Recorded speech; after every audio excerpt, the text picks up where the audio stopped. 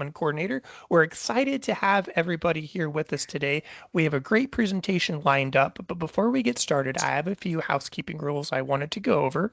First, make sure you are muted when you enter. We are going to have a Q&A session later in this presentation, but for now, just keep yourself muted. And if you would like, go ahead and type in your question as you think of it into the chat box. And then later, we'll read off those questions, or you can raise your hand and ask Dr. Lay personally. So also, this will be for one professional development hour. We'll be sending those certificates out to those who need it at the end of this session, probably within a week or two. And we will also be sending a survey that you can answer to rate us on how smooth everything went, topics you'd like to see in the future, and that sort of thing. So thank you for that. Thank you, Olivia, for that in the chat message. Make sure you're muted during the presentation. And without further ado, I'd like to introduce our speaker. He is Dr. Tyler Lay, the Regents Professor and Gilbert Cooper W&W Steele Chair in the School of Civil and Environmental Engineering at the Oklahoma State University. This presentation is going to be on the next generation 3D printing of concrete and measuring the water content in fresh concrete with the Phoenix. So I know you're not here to listen to me. I'm going to turn it over to Dr. Lay. So without further ado, thank you, Dr. Lay. Thank you so much, and thanks everybody for being here as we pull up the screen. Let's see. Let's get started. So I'm going to start out just by asking, how many of you would like to build faster? How many of you would like to build with less people, maybe? How many of you would like to build with like a lower cost? I think that sounds great, right? And I've actually got a bet with Michael that you won't do this, so you got to prove him wrong. So type in "I do" to the chat. I want every one of you type in "I do." I would just flood it. I do, I do, I do, I do. If that's something like you. How many of you have seen 3D printing structures that look something like this? You know, you've seen these kind of silly looking things, and maybe you've thought to yourself, like, I think there's something better out there. So if that's you, then I want you to type in the chat, "I want more." Like in the chat right now, type in "I want more." Just flood it. Just send it again and again and again. "I want more," if that's you. So I'm going to tell you about 3D printing a building today. This is one that we did in 2022 on the Oklahoma State campus. We saved 4.5 times the cost of the building, 7 times the actual time, and 2 times the labor savings. All right. And we did this with a actual 3D printer that we developed, one that is an attachment for existing construction equipment. So you don't have to buy a whole new fancy 3D printer. If you've already got some equipment, it's probably going to already hook up to it. Also, this concrete mixture uses 1-inch nominal aggregate size. So big rock, it uses ready mix concrete. So you can just call people on the phone and order it up and it comes to you, and it meets existing building code. So it's like just like poured in place concrete. Does that sound pretty cool, right? And this is the next generation of 3D concrete printing. All right. So what in the world's holding you back? Now, during my talk, if you find yourself saying one of these things, then you might be holding something back. Like, for example, I hear people say, like, "But Tyler, that's just too simple." I hear them. They say that. They say, "Well, Tyler, your 3D printing's just like," or "all you're doing is," fill in the blank. If you feel yourself saying that or doing that, then it's probably because you're stuck in convention. You know what I'm talking about? Like you're stuck doing the same thing again and again. And maybe there's a good reason, but maybe that's your devil. Maybe that's what's holding you back. Henry Ford says, if you always do what you've always done, you'll always get what you've always got. And I believe that to be true. But I like to say, if you want a better answer, then you got to ask a better question. And that's what we're going to be talking about today. Let me tell you a bit about me. My name is Tyler Lay. I used to work at Texas DOT. I was a bridge engineer there. I worked for Zachary Construction. I was a field engineer. I built roads and bridges. I've been a professor at Oklahoma State University for the last 17 years. I've won awards for my teaching, for my research. I've got a PhD, I've got a PE, but if there's one thing you need to know about me, baby, I'm a concrete freak, like to the core. I live, breathe, sleep, dream concrete, right? And I've got this YouTube channel. Maybe you've heard about it. Maybe you haven't. If you haven't, make sure you like, subscribe, and leave me a comment at youtube.com/Tyler Lay. So let's jump right in. Now, if you're stuck in convention, then maybe if you have a project like this, and if you're building concrete walls, all right, then you would probably say, how would I build this? Well, I'd first put up forms, and then I would put steel in those forms, right? Or maybe other way around. And then I would pour concrete inside of that. I would consolidate it, vibrate it, right? And then I would pray. What? Pray? Why are you praying? Well, you got to hope and pray that you didn't have any honeycombing, didn't have any problems in those forms, right? Because that's pretty common. And we usually have to go back and fix it, right? Replace it or patch it or do whatever, right? So there's all these steps to conventional concrete construction when it comes to walls. So there's place the rebar, place the forms, pour the concrete, vibrate the concrete, demold the concrete, patch the concrete, tons and tons and tons of steps, right? And 3D printing, maybe you've heard about it, right? There's these flashy headlines that say it's going to transform architecture. It's going to create building forms that are going to blow everything out of the water. Have you heard that before? Maybe, kind of. Is that something you've maybe heard before? Well, I know I have. And when I used to hear about it, I thought, man, that's a lot of hype. But I'll tell you what, this technology, it's not a matter of if. It's only a matter of when this is going to become prominent and in everyday use, right? And one of the biggest reasons is that we don't have enough people. We just don't have enough people to build everything as fast as we need to build it. And this is going to be a massive solution to that. So the benefits of 3D printing is that you need minimal form work. Those forms that hold the concrete up, you don't need much of that. There's a lot of labor savings. That's huge. You get faster delivery of your actual structures, and there's less waste. All these benefits, right? And if I talk about conventional 3D printing, this is what it looks like. There's these gantry systems that go around again and again and again, and they trace out this structure. And let's look at this nozzle. See, this nozzle comes through. It kind of puts this material out. Look at that. See that stuff coming out of there? Every time I look at that, I said, that looks like toothpaste, doesn't it? Toothpaste, right? Because it's mortar. It doesn't have any rocks in it. And again, they do these shapes again and again and again. And some people think they're cool and some people think they're ugly. It kind of just depends where you're at. But usually you have to leave these cavities inside 3D printed concrete. And in those cavities, you have to put rebar because that's how you get structure. That's how you get strength. And then you have to fill those cavities up full of concrete. So a lot of steps actually go into traditional 3D printing. And these gantry printers that I use are typically expensive. Okay. They print with mortar, and mortar is more expensive, less durable, and less sustainable than concrete. So, and it costs more than conventional construction. Yeah, I'm going to say that again. One reason why conventional 3D printing has not taken over is because the costs are typically more than conventional construction, but a lot of people don't like to talk about that. But let's go back in time for a second to 2017, if you will. All right. And I was at that time, this was my dean. Okay. He's my boss's boss. Okay. Paul Tukowski. And he sends me an email one day and he says, Tyler, I need you to come and see me. Right. And so when your boss's boss asks you to come and see him, you come and see him. Right. And I remember walking across campus. It was a cold December morning and I was breathing and I could see my breath. Right. Right. Like, yeah. Get in there. It was all cold. Take my jacket off. And I go in to see him. I said, Paul, how can I help you? What's going on? He said, Tyler, I've got a big favor to ask.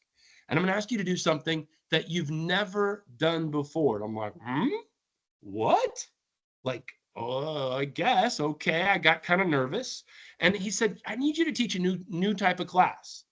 I need you to teach a multidiscipline class, one that includes mechanical engineers and electrical engineers and civil engineers and architects and construction people all working together, trying to solve a big problem. I'm like, what?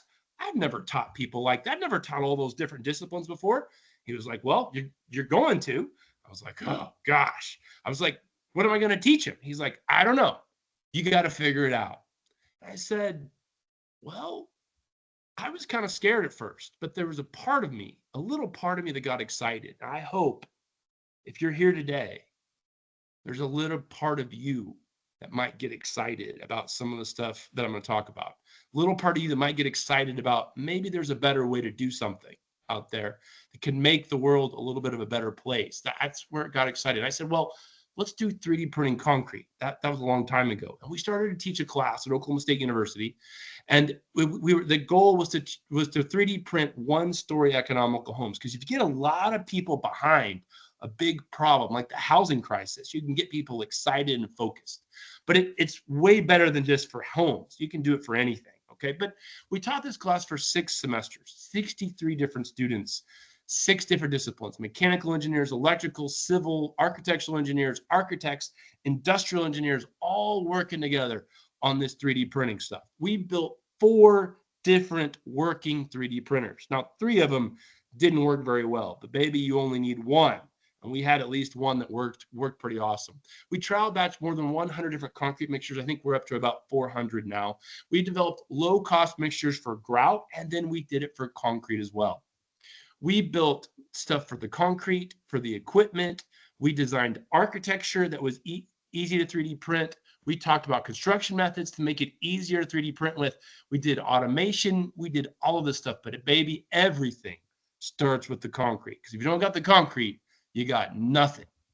So the goal of 3D printed concrete is you want concrete to flow under energy, but then concrete to stop flowing once you take that energy away, right? You want it to hold an edge. And this is called thixotropy. Ooh, that's the science word of the day, thixotropy. So go share it with all your friends. If you don't understand what I'm talking about, it's like ketchup. You want concrete to act like ketchup. We actually studied ketchup extensively. Like, why does it do what it's do? Pretty cool, right? So we 3D print with ready mix concrete. We use 1-inch maximum nominal aggregate size. That's about 25 millimeters if you're not inside the United States. 6,500 PSI compressive strength at 7 days. 0.45 water cement ratio, and it's 5% more expensive than a typical concrete mix because some of the additives we use. But we do the majority of the magic with the packing, how the aggregate packs together, how the powder packs together, because we use physical methods to create thixotropy, because chemistry is cool. It's amazing. I'm not saying to ignore it, but chemistry is sensitive to water, to temperature, to interactions between other chemicals. And if we can do the majority of the work with physical methods, that makes our job a lot easier. So I'm going to give you some pictures here on how we 3D print. And don't worry, I'm going to show you video, action. You're going to see everything. So you start out with a typical footing with rebar coming out of that footing, and then you have a level pad, right? And that pad is what you're going to drive on, what you're going to use. Now we have a hopper here, and I'll show you everything. Okay, but in that hopper is where the concrete gets dumped. We have an auger down here that spits the concrete out, and we have an arm that goes up, over, down, and back and catches the concrete. And this is where the magic happens. This is where it's consolidated, where it's shaped, where it's formed, where it's finished. Everything happens in what we call the box. And I'll tell you about that coming up. So here's the printer in action. Here's the hopper. There's the nozzle where the concrete comes out. There is the box. And notice the whole thing hooks up to a skid steer or a tractor or anything that can lift up and down, right? So we like to say, if you can rent a skid steer, then you can print a house, right? Because that's the goal. Why make a whole vehicle dedicated to 3D printing when we can use vehicles that are already out there and mount them on it, all right? Okay, now in this nozzle, okay, something important happens. There's an auger in there. That auger, you guys know what an auger is? A screw, right, that moves the concrete from one place to another, right? So this is why we call it the BAM printer, right? Because you got to have a sweet name, but BAM, it stands for something. It stands for the box auger method printer. because this box is really important. This auger is super important. And then it's a method to 3D print. So let's see it in action. So here it is, all lined up. There's the rebar. Footing's been poured. Now we notice our only formwork is at the very beginning, and we also have formwork at the very end down here, right?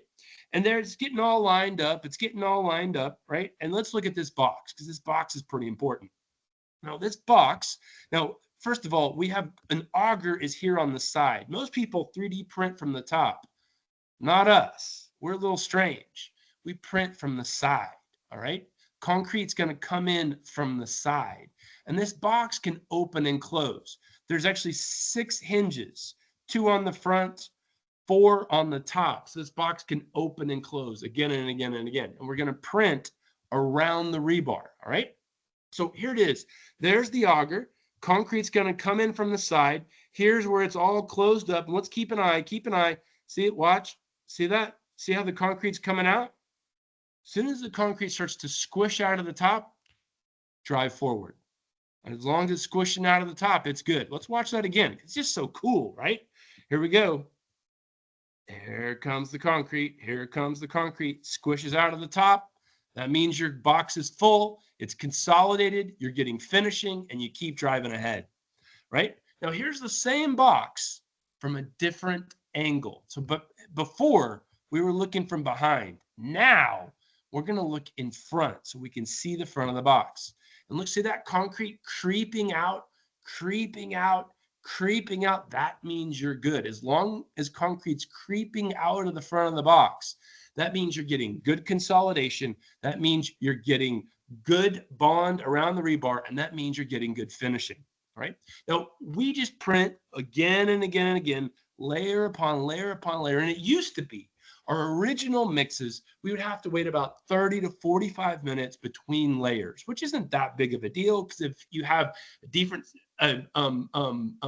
sized project, you'll be down to the end before you actually have to start over again. But now we have a breakthrough, and I can't tell you that breakthrough yet, but stay tuned, because I'll be able to tell you in the future where you don't have to wait at all, like at all. Like you can back printers up back to back to back to back, and you can print again and again and again immediately right on top of one another. And I'm excited to tell you about that coming up, but I can't yet. We use ready mix concrete to do this. So this is our local concrete producer that we ordered from. All right. And then here is a good looking print. Look at that. See that printer, see that concrete coming out of there again and again and again. Now, what happened over here? Well, we had one of our hinges failed. So we're actually having to have a human push that side down. But look at that. Good looking print there. Pretty cool, right?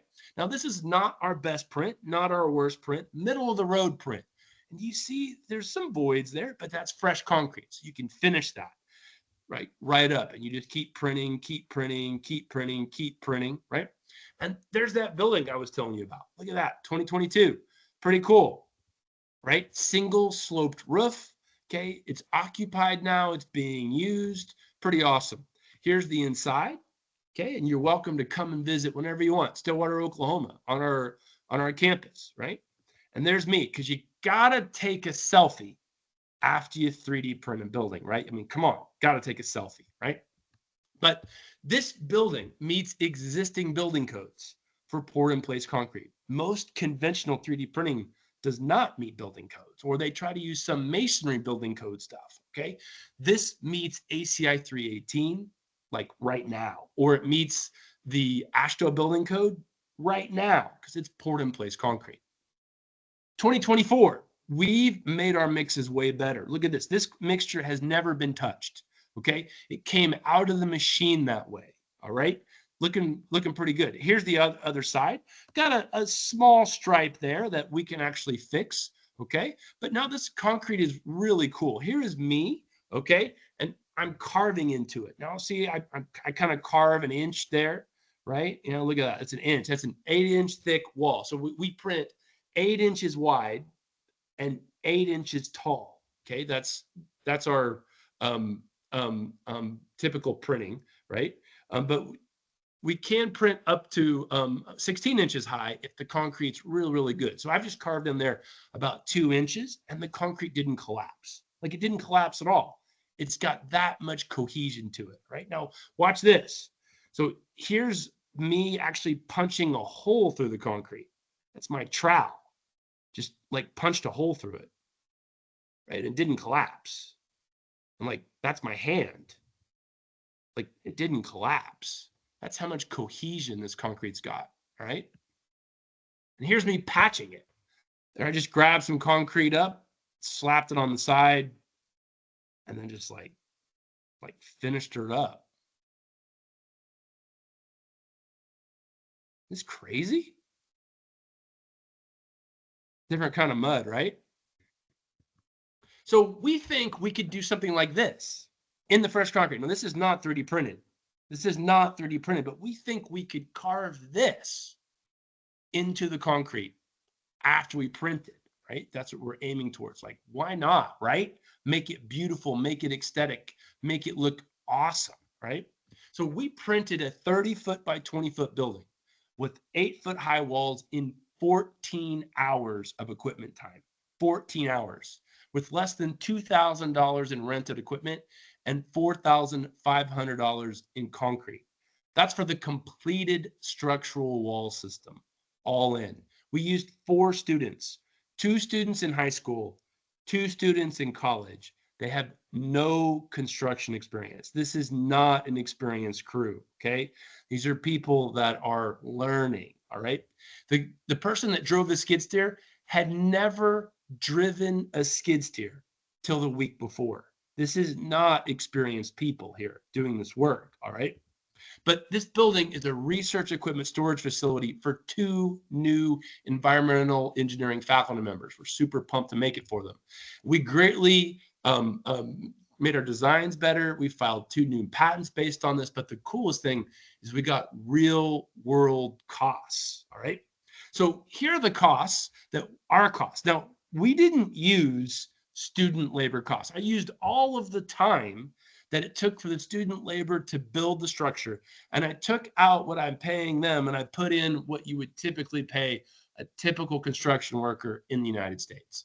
So with typical labor, with this 3D printed wall, 8 inches thick, 8 feet high, it was $12 a square foot. Now, I asked a general contractor to come in and give me costs, their actual costs, to make an 8-inch thick concrete wall with forms, an 8-inch CMU wall, and a 6-inch 18-gauge stud, right, with insulation. And there are their costs, right? So for a poured-in-place concrete wall, because that's what you're giving them an equivalent to, right?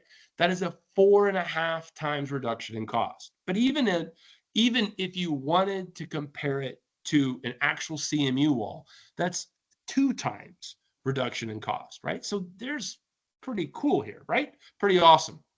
Also, we did this in 2 days, right? Compared to 14 days with actual conventional construction. We saved in labor. We did 4 people and a skid steer compared to 8 people and a crane to set forms or some kind of vehicle to set forms. It doesn't have to be a crane. It could be lots of different stuff to set forms.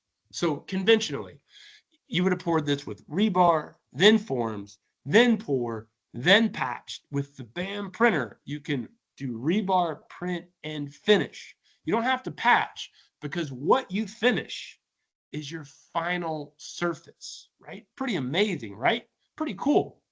And you get all of this with 4.5 times reduction in cost, 7 times reduction in time, and 2 times reduction in labor. That's pretty awesome. Pretty awesome. So what are the drawbacks? Because nothing is free in life, right? So the skid steer path you're on, it's got to be level. It doesn't have to be perfectly level, doesn't have to be concrete level. Compacted soil is great, but right now it's got to be a level path. And you can only print as high as your vehicle can lift. Okay, if your vehicle can print 20 feet high, you can print 20 feet high. If your vehicle can print 5 feet high, you can print 5 feet high. And you need to work with a company that knows how to create 3D printable concrete, which we can help train them to do that, but not everyone can make this yet. And it's not automated yet. So our skid steer right now, we've upgraded it so we can control it with our cell phone. And we can now control the cell phone with a video game controller. And the students love this because it's like playing video games, right? But they're like driving the skid steer and like printing like whatever you want, right? And so now we drive it all the time with no people in the vehicle at all, like none. So remember how I said we had 4 before? You're down to 3, and 3 is a good number. If everything goes perfect, you could do it with 2, right? But things don't ever go perfect. So 3 is a safe number. And that's cool. Phones are cool. That's neat. But the next level is then GPS control, right? Because once you have GPS control and you put in your actual electronic plan set, you just have to start the printer in the right spot and feed it concrete, and it just goes and it just prints. So what's next? Well, we're in talks to print a 600-foot long wall in Edmond, Oklahoma. We're going to print a box culvert for Oklahoma DOT, or at least in talks on that. We're going to print a weir on the OSU campus, so like a water retaining structure. And we want to print homes in Oklahoma, or at least are talking to people about that. And commercial sales of this are going to happen soon, right? And if you're interested, please reach out to us, right? But where does this make sense? Like, where does something like this make sense? Well, commercial buildings. This could be super useful. You're getting all the benefits of poured in place concrete with a lot less cost and a lot less labor. Industrial buildings, this could be huge. Ag buildings, this could be huge. Very, very useful in those type of structures. Retaining walls, okay, this is a big one, okay, and there's a lot of people that have talked about there's how much cost there goes into building retaining walls, and this can save a lot of those costs. Box culvert bridges, all right, water tanks, and believe it or not, we've even printed underwater, all right, yeah, underwater printing of concrete, okay, like we've already done it. It's gonna happen. Get ready. So if at the start of this talk, I asked people, do you want to build faster? Do you want to do this with less people? And I don't mean taking people out of their jobs. I mean giving people tools to help make their jobs easier. And do you want to do this with lower costs? And I think a lot of you typed in I do into the chat. All right. So what's holding you back? Let's make this happen. Are you stuck in convention? All right. Because conventional way was on the left. And this is what's going to come in the future is on the right. So think about it. How can you take a step? How can you move forward? How can you do something to move forward this? How can you keep your eye open for these opportunities to bring something like this to what you're doing day in and day out? So in summary, the BAM is a new method for 3D printing concrete that's an attachment for existing construction equipment. And the BAM prints with ready-mix concrete that uses 1-inch diameter aggregate delivered, okay? Its printed structures meet existing building codes. And the BAM was used to print a 30-foot by 20-foot building with a 4.5 times reduction in cost, seven times reduction in time, and a 2-time reduction in labor. Now, all of that is over conventional cast in place concrete. So, like, would you be against trying the BAM on a future project? Like, come on, think about it. Is there something out there? Reach out to me. I don't care where you're at or what's going on. We're working with contractors to try to help bring this and make this happen in real life. So this is the first stopping point. This is the first chance for you to type in your questions into the chat. All right. Because we're going to have some more slides coming up. But I know you got questions. Come on, you got to have questions. So type them into the chat if you got any or things you want to hear about, things you want to know more about. And we're going to see if Michael can read them to me or maybe I can see them. We'll see. Yep, we actually do have a few questions. We can start off with Feroz. He said available in Oklahoma and pricing. So I think you kind of answered that during the presentation, but I'll let you take the helm on that. Yeah, so available, I would say in the United States right now, and could be outside, but probably US. And pricing is a good question. It's going to be if you just want the device, I think it's going to be maybe $40 to $50,000, but it's probably best to team up at first to get trained and make sure everything goes really, really well. And that could cost a bit more, but that's kind of the ballpark numbers. Excellent. Another question is, how do you tackle curved edges with this method? Good question.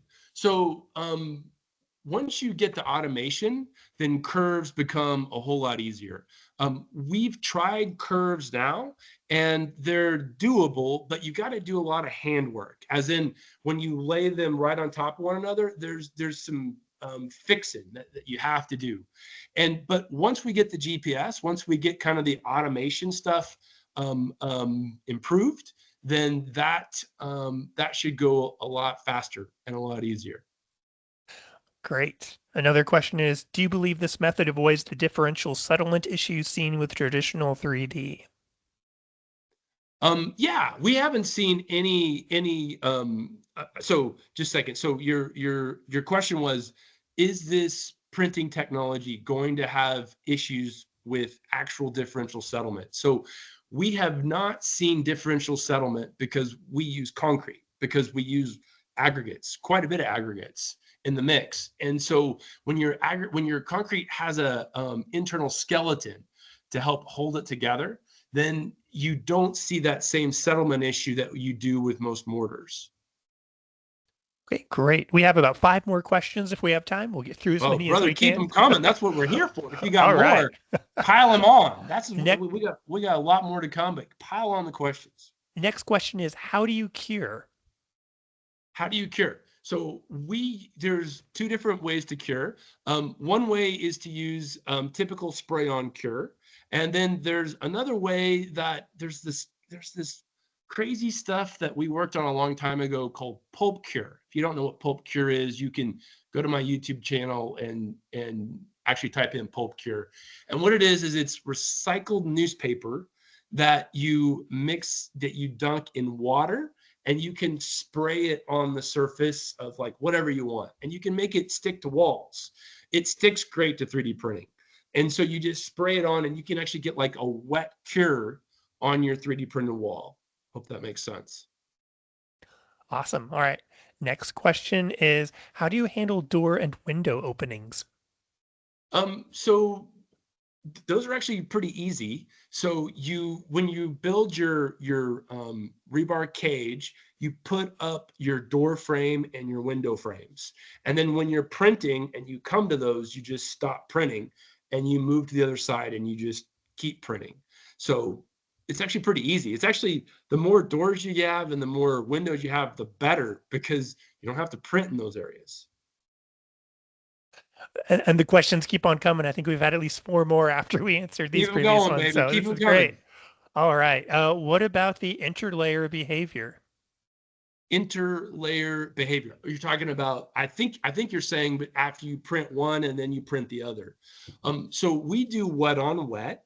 So there is a bond there. There is a like, if you actually core through it, you cannot tell that there's like, an actual layer there. Now, if you have to stop, let's say it starts to rain, let's say you can't get concrete, whatever, you have rebar going through that layer. Like rebar goes through that layer. So you get the bond, you get load transfer through that. So that means it's not that big of a deal. If you are worried about a crack there, I didn't highlight this, but when we print, we actually tabletop the top of the print. We actually come up a little bit. So when you print on top of that, it would actually be hard for water to go through that crack area. But again, there's bars there, there's lots of tortuosity or bumps. So it makes it hard for water to go from one side to the other. Hope that makes sense. Okay. And then what was the cost of the nozzle and box? It's like $40 to $50,000 in that range is where it's going to be. Awesome. And then what about cold joint permeability? Yeah, I think I just mentioned that, but if I have cold joints, I'm gonna have like I go back and show well anyway, there's like a tabletop surface, and so you basically make it really hard for that water to kind of go uphill through the bumpy spot in the middle, and then through the other side. Now, I'm not saying that water can't, because water's insane and water is craziness, but that's what we do to make it really hard for water to go from one side to the other. And on the structures and walls that we've printed, that's worked pretty well.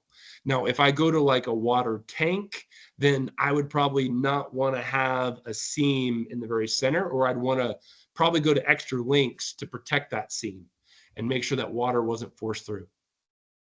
All right. Next question is wall insulation in homes. Great question. So there's a lot of ways to do that. The question was, how do we provide insulation for these walls for a home? So the simplest, easiest way would be, after you 3D printed your structure, you could come in with insulation on the outside.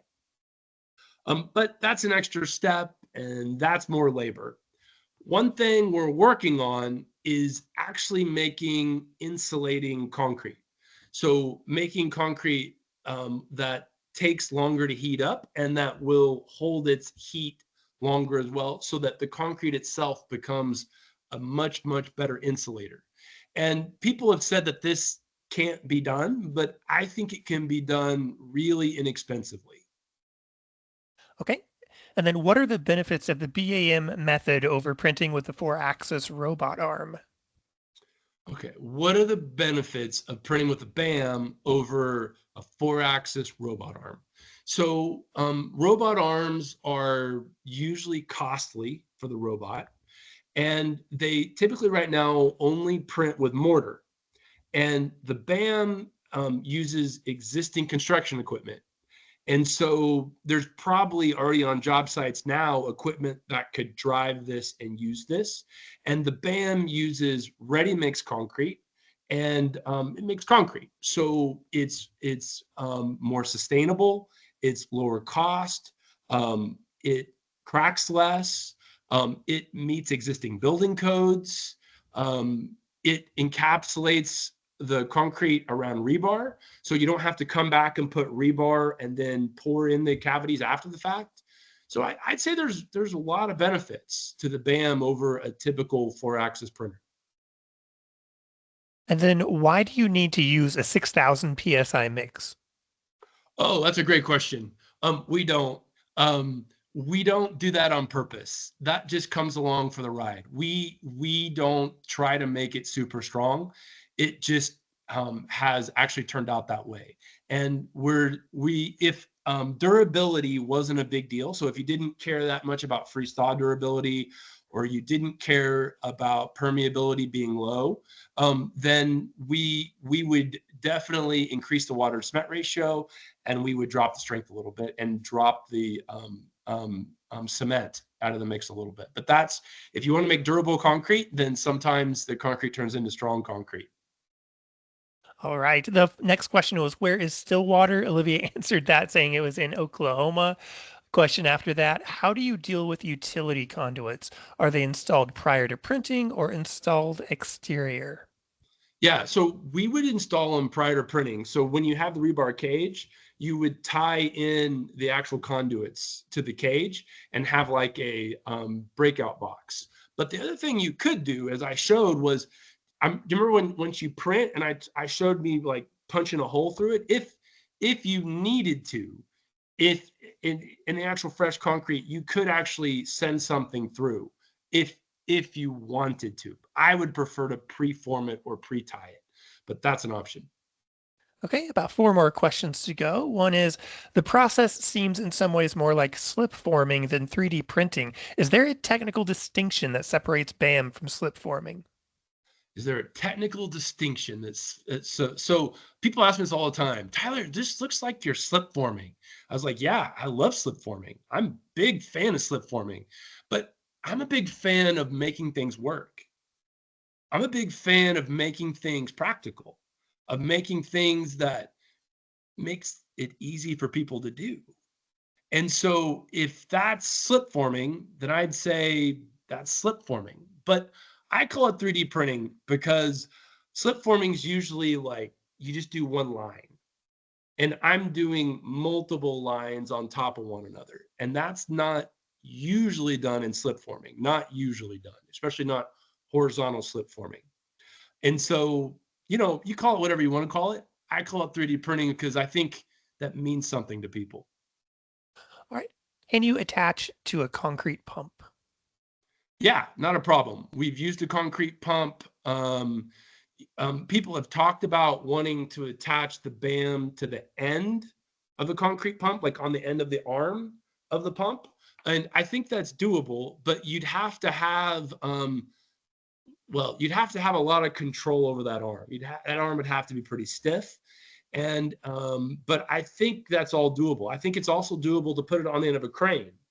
So if you wanted to do a crane, we've done a little bit of that, but there's some new technology now that actually makes that a lot better. So we think you could basically just feed the concrete through a pump, hook it up to a crane, and keep going. But that's down the road. Okay. And then have you considered price comparison with stay-in-place styrofoam blocks? Stay in place styrofoam blocks. I haven't. That's a good idea. I feel like that styrofoam blocks and this system are pretty different. I feel like that this system is really focused on cast in place concrete, and styrofoam blocks maybe. And again, if this isn't how you vision it, then I'm sorry, but blocks may be something that a small crew could do. It's for a certain size project. It could be a home, it could be something else. This is a little bit more versatile. This is a little bit more like any place I'd want to see a wall, like a retaining wall, a water tank, a weir, whatever. And I don't think I'd use styrofoam blocks for those.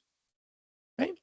Three more questions and we'll get through. So, since this is regular concrete, then is it accurate to assume that it gets designated just like a regular RC concrete following ACI design checks? Also, there is a lot of cohesion and the exterior can be finished since it's wet concrete, which is great. Can you speak more to bubbles? Since it does not get vibrated, how do you ensure that there are no bubbles? Great. So a two-parter, my favorite of all, the two-parters. So yes, this meets ACI 318. This can be designated in the same way that you would designate concrete for ACI 318. You asked about bubbles. And so when you're placing the concrete, I think you're concerned about bubbles on the inside, and there's also bubbles on the outside. Well, bubbles on the outside, you can finish. Bubbles on the inside are much more problematic. So do you remember the box? And remember the auger that spits the concrete into the box? That's really important.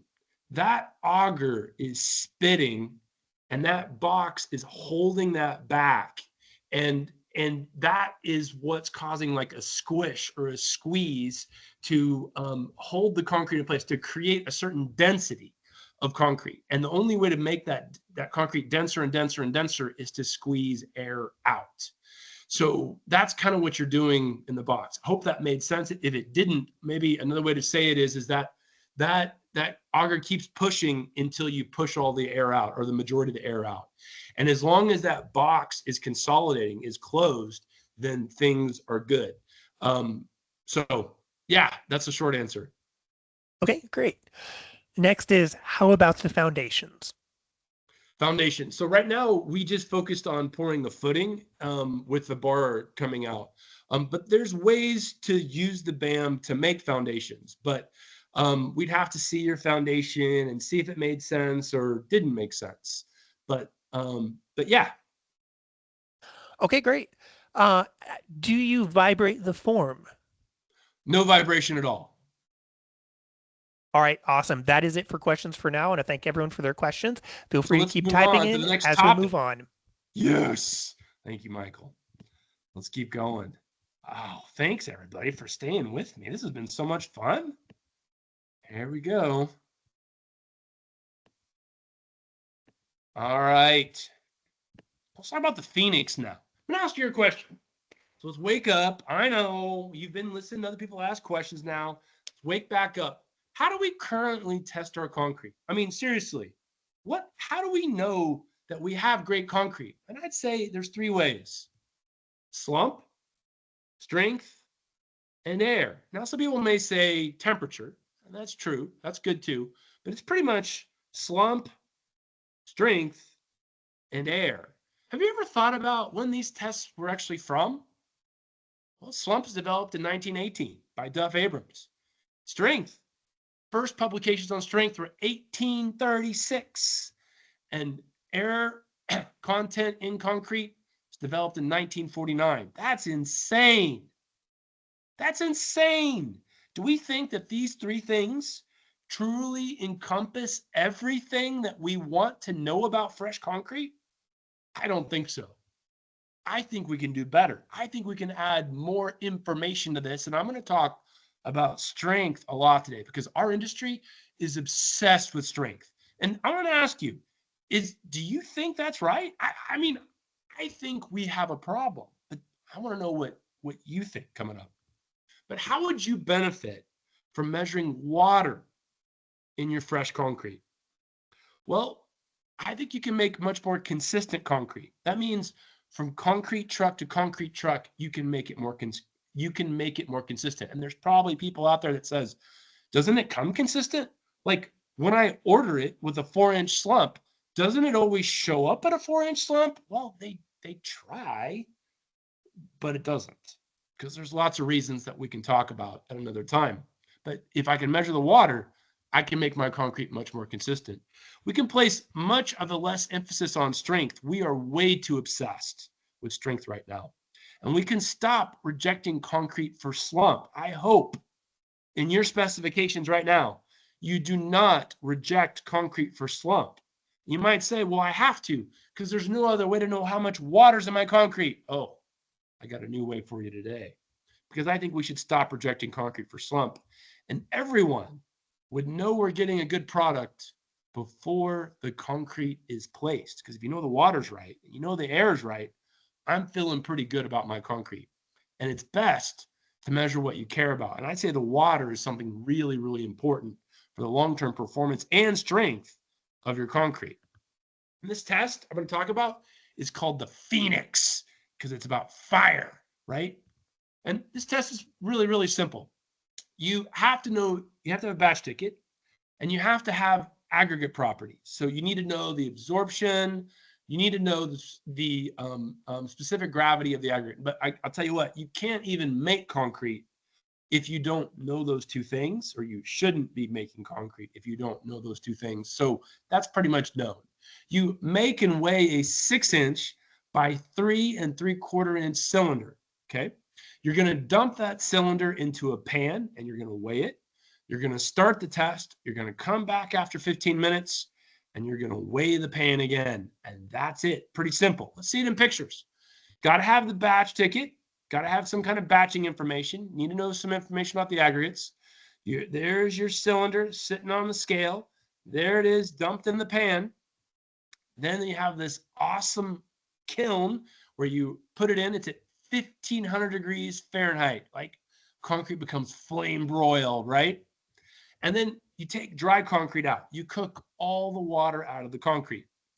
Yep, everything. This is time. This is how much weight is inside that concrete. At the beginning, you have 100% of the weight. After 15 minutes, every bit of water is gone, as in it's gone from the paste and it's gone from the aggregate, all right? And the Phoenix removes all the water. So that's why we need to know the absorption capacity of the aggregate, because we have to know how much water would go into the aggregate, okay? And we actually use that to remove that from the total water content and get our water to cement ratio. And during mixing, the moisture content of the aggregate will become SSD, as in the aggregates may not start out wet or dry. They may be something different, but as we mix, they will become saturated. And that's no big deal. We're going to calculate from that saturated state and just make believe that that's what's going to happen, because that's what we assume in all of our concrete mixtures. So how do you get water to cement ratio? Well, the change in mass before and after cooking is the total amount of water. Then you calculate how much water is going to be in the aggregate after it reaches SSD and remove that water from the total amount of water in the mixture. And you use the batch ticket information, figure out how much binder. So let's be very clear. This test measures the amount of water. We're calculating the amount of water cement ratio because that's what people talk in. That's what our specs are in. That's what our actual papers are in. People talk in water to cement ratio. So we get that through calculation. You also make an actual correction based on the cylinder unit weight versus the theoretical unit weight of the concrete, or you can measure the actual air content to get the air that's inside the mixture. And there's an app that does all of that for you, or a spreadsheet if you prefer that. So you just type all the information in, kicks the information out. So how can we test this? How can we prove that this is real, that this works, that this isn't just some made up thing? Well, we're going to make mixtures in the lab where we really, really carefully control the moisture contents in the batch weights. So we should know the water cement ratio extremely accurately. Then we're going to measure the water cement ratio with the Phoenix and actually compare it. We're going to use 9 different coarse aggregates, 3 different fine aggregates, specific gravities from 2.4 to 2.75, absorptions all over the place, 5 different water cement ratios, and different paste volumes. Now, on this page here is the batched water to cement ratio. This is what we think the water cement ratio is. Here is the measured water to cement ratio. This is what the Phoenix tells us that the water to cement ratio is. And right on this dashed line would be perfect agreement. Perfect agreement. And this is like 31 tests, different coarse aggregates, different fine aggregates, but 31 different tests. And look at that. It's pretty close to the line. And that is the error bars for the test. See that one? That's 130 tests for that one data point. They're really close to the line. Okay. And that's the error bar because the accuracy of the test is about plus or minus 0.02 water cement ratio. Now, this is like 228 tests, which you'd say, man, that's a lot. Well, guess what? We're up to over 2,000 now because every mix we do in the lab, we run the Phoenix on. Because I tell my students all the time, hey, if this is concrete you care about, then you need to run the Phoenix.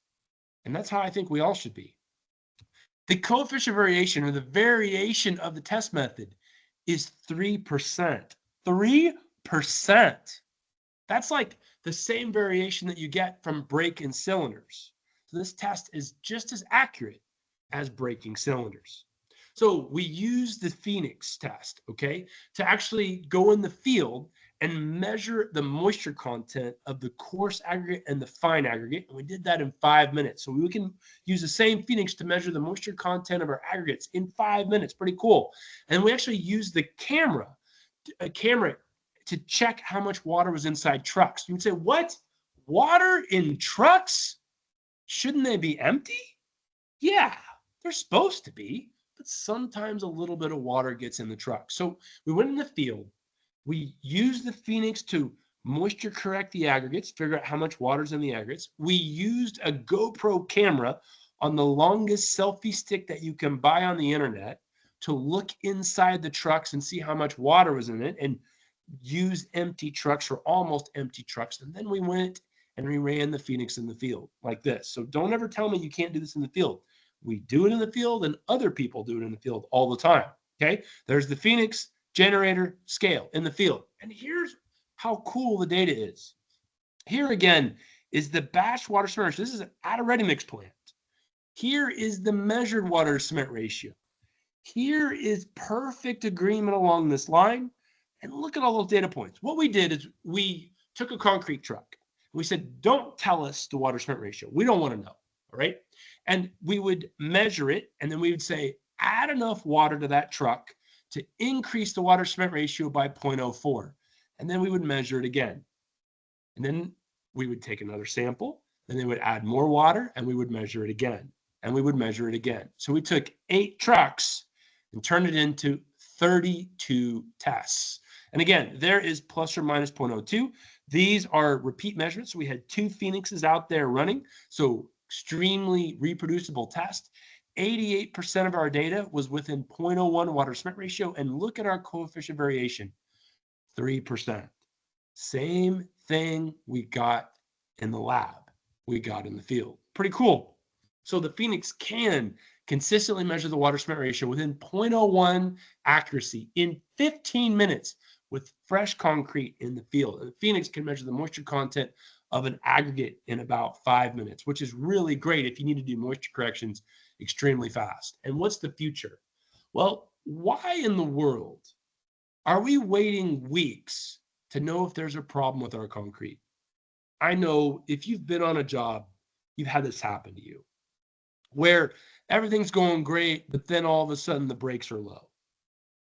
And then everyone gets freaked out. Everyone gets nervous. And that's why strength is such an emphasis, because it's been the only thing to give us an insight if something's wrong. Why don't we figure this out early? Why don't we figure this out when we're making the concrete? Because I'll tell you what, if you get your water right and you get your air right and your mix matches the batch ticket, then your strength will come. As long as that concrete is well consolidated, your strength will come. So why are we making important decisions on how strength samples are collected, how they're stored, how they're tested? Because sometimes these problems aren't anything wrong with the concrete at all. They're just how the cylinders were handled or how somebody stored them. So who's using the Phoenix? This is a big bunch of group of folks from FHWA to different DOTs to water quality boards to airports to contractors to ready mix producers to academics that all care about getting the amount of water right or knowing if the amount of water right is in their concrete, getting that dialed in. So Oklahoma DOT says, Kenny Seward said, if there's a satisfactory Phoenix measurement on site, then he isn't worried about a low strength measurement that's going to happen in the field. I mean, these are people at the DOT that are saying that they see the value in this. So how, if you're a specifier, if you're an owner, an architect, an engineer, or if you might become one of those in the future, how could you ever implement this? Well, you could base acceptance of the concrete on the water to cement ratio of the fresh concrete. Okay. I mean, wouldn't that be cool? And not reject concrete for slump. Okay. That really needs to go away. Okay. We need to not reject concrete for slump. Now, I didn't say don't measure slump. Slump is valuable to the contractor. Slump is valuable for consistency, but don't reject concrete for slump. Okay. There's lots of things that impact it. And we should still have strength measurements, but we should use them for verification and de-emphasize their importance. And we can decrease the frequency of testing as well, because we'll know we're getting good concrete as it's being placed. So what do we need to do? We need to get people to use the Phoenix. We need to show that this water cement ratio and the Phoenix is actually equivalent or gives you similar information to measuring strength. And that's why all those folks I showed you before are interested in this. And we need to start shadow specifying. That means don't pay on the Phoenix yet, but just get owners and specifiers to say, measure it, see what it says, see what it tells you. Once we feel comfortable with it, then we can maybe start specifying it in the future. So where can you find out more? Well, there's a website, concretephoenix.com. You can check it out. Like Gilson, that's a place where you can buy one if you want to buy one. All right. And so in conclusion, the Phoenix is a field test or lab test that can be used to determine the water cement ratio of fresh concrete in 15 minutes with plus or minus 0.01 water cement ratio accuracy. And it can also measure the moisture content of your aggregates in 5 minutes, which is pretty cool. And if we know our water cement ratio, this is an important step to providing the strength, durability, sustainability that we need going forward. Hey, thank you so much for being here. I've got this website called concretefreaks.com because you're probably a concrete freak like me if you're still on this after an hour after I've started. I've got this mailing list. I talk about like other cool things I'm working on. So check it out at concretefreaks.com. It's got all kinds of awesome stuff. The band's going to show up there. Other things are going to show up there. Got some amazing new things rolling out. Concretefreaks.com is where you can find out about it. And if you're not a subscriber to my YouTube channel, why not? 107,000 people are. You should too. And make sure you like, subscribe, and leave me a comment, of course. If you got any questions, it's my email address, my personal website. Thank you so much for having me. I really, really appreciate it. And I'll stay on, and I'll answer questions as long as people have them afterwards. Thank you so much. Fantastic. I'd like to give a virtual round of applause for the presentation. This was excellent. So I know I'm going to go and subscribe, and I hope everyone does as well. And we do have quite a few more questions. So we'll see if we can get this in the 15 minutes we have left. So first off, is BAM patented? Yes, BAM is patented. All right, excellent. And is the Phoenix method more reliable than concrete resistivity method of measuring WC ratio? Good question. So concrete concrete resistivity is where you take the concrete, for those that don't know, and you take, usually it's a 4-probe thing that you put up, and you actually measure the signal. And if it's easy to send electrons from one side of the concrete to the other side, then the idea is that that's probably not very good concrete. So we actually have a whole paper where we compared strength cylinders, resistivity, Phoenix, and slump in, I think it's in field concrete, to one another. And the answer was the Phoenix was way better at determining changes in water to cement ratio than any of those other test methods. And if you want to email me, I'm happy to send you the paper where we systematically compared all of them on field concrete. All right, excellent. Does Phoenix ABS correlate with ASTM C127/8 ABS, meaning does the higher heat produce a different result? ABS C127. So I gotta search here really quick. ASTM C127. I think you're talking about the moisture correction standard test method for relative specific gravity. Huh. So I think the question is like, how about I'm going to determine my own version of the question. I'm going to say, does the Phoenix give you a different answer for your absorption or than you would get out of an oven? That's what I'm thinking that's what the person is saying. So when you run the Phoenix test, there is specific instructions that you have to follow when you're actually testing aggregates. Because if you leave the aggregates in the oven too long, two things start to happen. Number one, the aggregates can start to decompose. Okay. And we don't want that because we just want to cook out the water. Hope that makes sense about number one.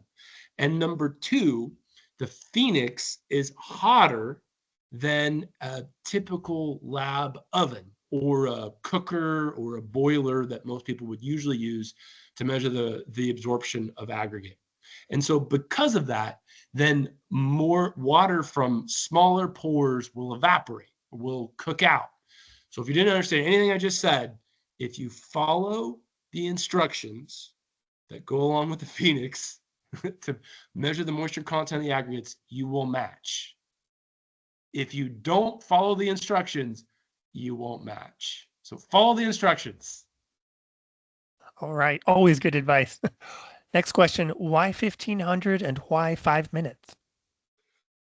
So we did a lot of testing on aggregates to figure out how long could we cook them in the Phoenix and get a similar answer to what you would out of a lab oven. And it was about 5 minutes. All right. And 5 minutes isn't right on because you do it for 5 minutes, you take it out, you weigh it, and then you put it back in just to make sure that you got all that extra water out, that there wasn't something else going on. And so that correlated super well at 1500 degrees Fahrenheit. And why 1500 degrees Fahrenheit? Well, there was a lot that goes into the design of the oven itself. And 1500 degrees Fahrenheit was a nice line when you could use power that wasn't extreme. So didn't have to use like insane generator or in something really intense to power it. You can use a very normal generator. So that's why. Okay. And then how does the Phoenix measurement compensate for internal curing particles such as cellulose or SAPs? Good question. So these are particles that will contain water on the inside of them. And you said cellulose and SAP. And so those, if they're combustible at 1500 degrees Fahrenheit, then you're going to need to subtract their weight from the water. I hope that makes sense what I'm saying. And the same thing is, I think somebody asked a question about fibers.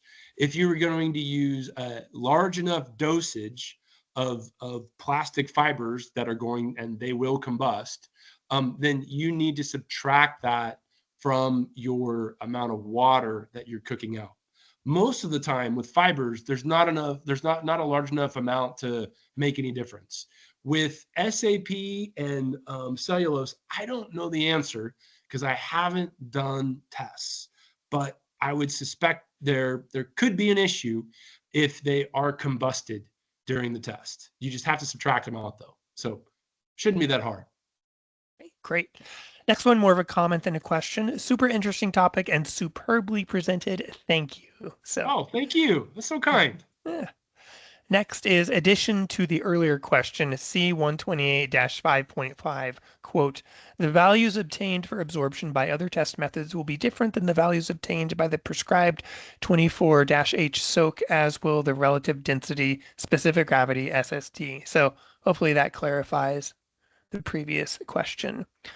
Uh, Next question, is there a danger of any aggregate decomposition for some aggregates at these high temperatures? Yeah. So if I'm testing aggregate by themselves, the answer is yes. And that's why you really have to limit it to 5 minutes. If you're testing concrete, the answer can be yes, but it's way longer. So there's a whole paper that we published on this as well. And I'm not saying that we've tested like every aggregate out there, but I think we looked at like 10 or 12 different ones. And as long as when you run the Phoenix, as long as you will get the concrete out of the oven, I think the answer is 30 minutes after you start. So remember how I said take it out after 15 minutes? Okay, if you left it in there for 30 minutes, you would start decomposing aggregates. But there's a paper talks all about it. So yeah, you can, but again, you got to not follow the directions. If you follow the directions, good things happen. So All right, this next one is, would fiber interfere with test results? it depends on the type of fiber. If it's plastic fiber and it's in at a high enough dosage, you're just going to have to subtract that out from the water. With the fiber test that we've done, and we've done quite a bit in it, we haven't had to make any corrections because the fibers just don't weigh very much, so they don't change things that much. But if that's a concern to you, then that's something that could be done. Steel fiber, I have no concern. Right, two more questions. Could the moisture be cooked out in a microwave? Smaller sample size. Great question. So I gave a shorter version of the Phoenix talk because I thought we'd get lots of questions about 3D printing, and I was right. And in the longer version of my Phoenix talk, I talk about the microwave oven. So there is an AASHTO test method out there on the microwave oven, and you can use that test, but that test has been shown to be variable, as in variable to about plus or minus 0.05 water to cement ratio. And one reason why that test is so variable is because you use such a small amount of concrete in that test. So one of the big things about the Phoenix is that we started with microwave oven test, basically took that test totally apart, put it back together again to make it practical, to make it faster, to make it use less labor, to make it be an actual field test. And we use a lot more concrete. And when we use a lot more concrete, we actually get a lot lower variability. So that was a long answer to say the microwave is cool, but it's got some shortcomings because it doesn't use enough material. And it also takes a long time to run because you have to keep breaking it up. All right. And then where can I find, oh, I'm sorry. What about slag? Have you done any testing with slag or other SCMs? Oh yeah, lots of different SCMs. People have used slag, silica fumes, fly ashes, natural pozzolans. We've put all kinds of crazy stuff in it. So we've even put a pizza in it, but don't tell anybody. Okay. All right. The next question, where can I find a recording of this lecture? I just posted in the chat. With your permission, Dr. Lay, we'll post this recording on the SPTC website. So we'll send out a link to folks once it's up. So thank you. And another question just popped up. Do you see any future automation of the process? Do you anticipate being able to reduce the testing time? Yeah, I hope so. I think that's something that would be great. And with hopefully that will be a future step. We just got to get people interested in it, and that would be awesome. All right, great. That's it for the questions. I'm going to turn it over now to Dr. Zaman, who has some final words. Well, as always, Tyler, wonderful topic, super presentation, as one of our participants say, as always. So I think your slides should be presented on the SPTC website as well as the recording. So those who would like to actually see it again and again and again, they could do so, right? Love it. So regarding the future events like this, I think what we are looking for is that if you have any suggestions whatsoever regarding the topic and also about the speaker, will not be asking for any money, but your input. So as Dr. Molina said in the beginning, that will be circulating a very short survey, not more than 5 minutes. So if you kindly actually take that 5 minutes of your time and then provide input for our future events. And it is exactly that's what we do and would like to continue doing. So again, on behalf of everyone, let's give another round of virtual applause to Dr. Tyler Lay. Thank Thank you, you very everybody. much. Thank you, thank you, thank you. All the best. See you next time, virtually or in person. Take care, Concrete Freaks. Bye. Thank you.